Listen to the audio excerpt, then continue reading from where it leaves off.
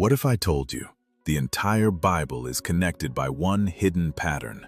A pattern repeated through every covenant, every promise, every failure, from Genesis all the way to Jesus. And once you see it, you can never unsee it. Because the Bible is not just a collection of random stories, it's one connected story about a God who refuses to give up on humanity. Many Christians know individual Bible stories, but never see the larger picture connecting everything together. But today, we're going to walk through every major covenant in the Bible, simply, visually, and clearly. And by the end of this video, you'll understand the repeating pattern that reveals God's plan from Genesis to Jesus. And if you want more deep Bible breakdowns explained simply, subscribe and join this community. Also comment, God keeps his promises. And stay until the end, because the final covenant changes everything. The story begins in a garden. Adam and Eve walked with God freely. No shame, no fear, no separation. Humanity was created for relationship. But there was one condition: trust God. And the moment humanity chose independence over trust, everything changed. Sin entered the world. Death entered the world. Shame entered the human heart. And for the first time, humanity hid from God. But here's what's incredible. God didn't abandon humanity. Instead, he made a promise. In Genesis 3:15, God hinted that one day evil itself would be crushed. Right there, in the middle of humanity's failure, God began a rescue plan. And that becomes the pattern repeated through the entire Bible.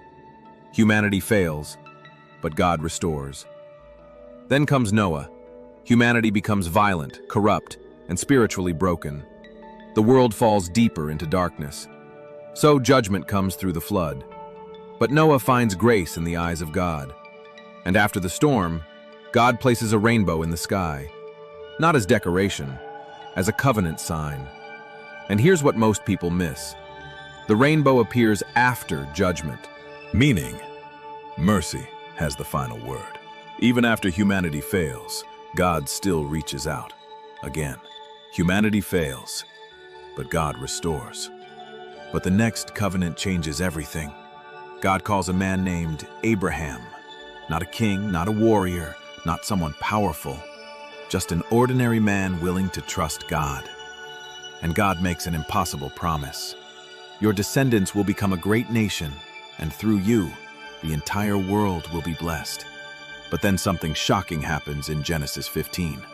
When covenants were made in ancient times, both parties walked through the sacrifice together. But Abraham doesn't walk through. God alone passes through the covenant. Why does that matter? Because God was showing something incredible. Even if humanity fails, he will still remain faithful. This covenant was never ultimately dependent on human perfection. It depended on God's faithfulness. And suddenly the pattern becomes clearer. Humanity fails, but God restores. Then comes Moses. God gives Israel the law. For the first time, humanity sees the holiness of God clearly. The commandments reveal what righteousness looks like. But they also reveal something painful. No one can fully obey.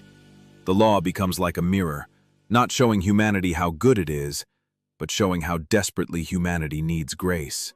And Israel keeps failing, again and again and again. They worship idols, they rebel, they break covenant repeatedly.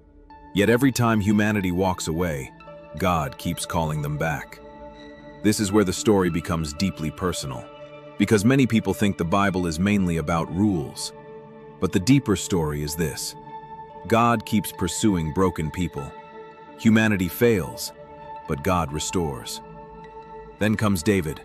God promises David that his kingdom will last forever. But there's a problem. Earthly kings die, kingdoms collapse, empires disappear. So how could this promise possibly last forever?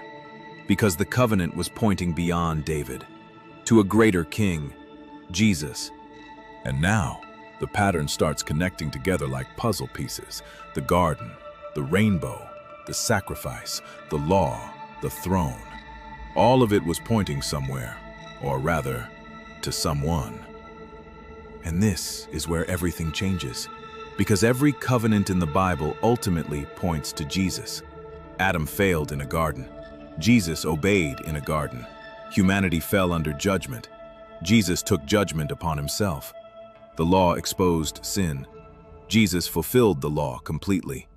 David's kingdom ended, but Jesus establishes an eternal kingdom that cannot be destroyed. And at the Last Supper, Jesus says in Luke 22:20, "This cup is the new covenant in my blood." That moment changes everything, because the final covenant is not based on human perfection. It's based on grace.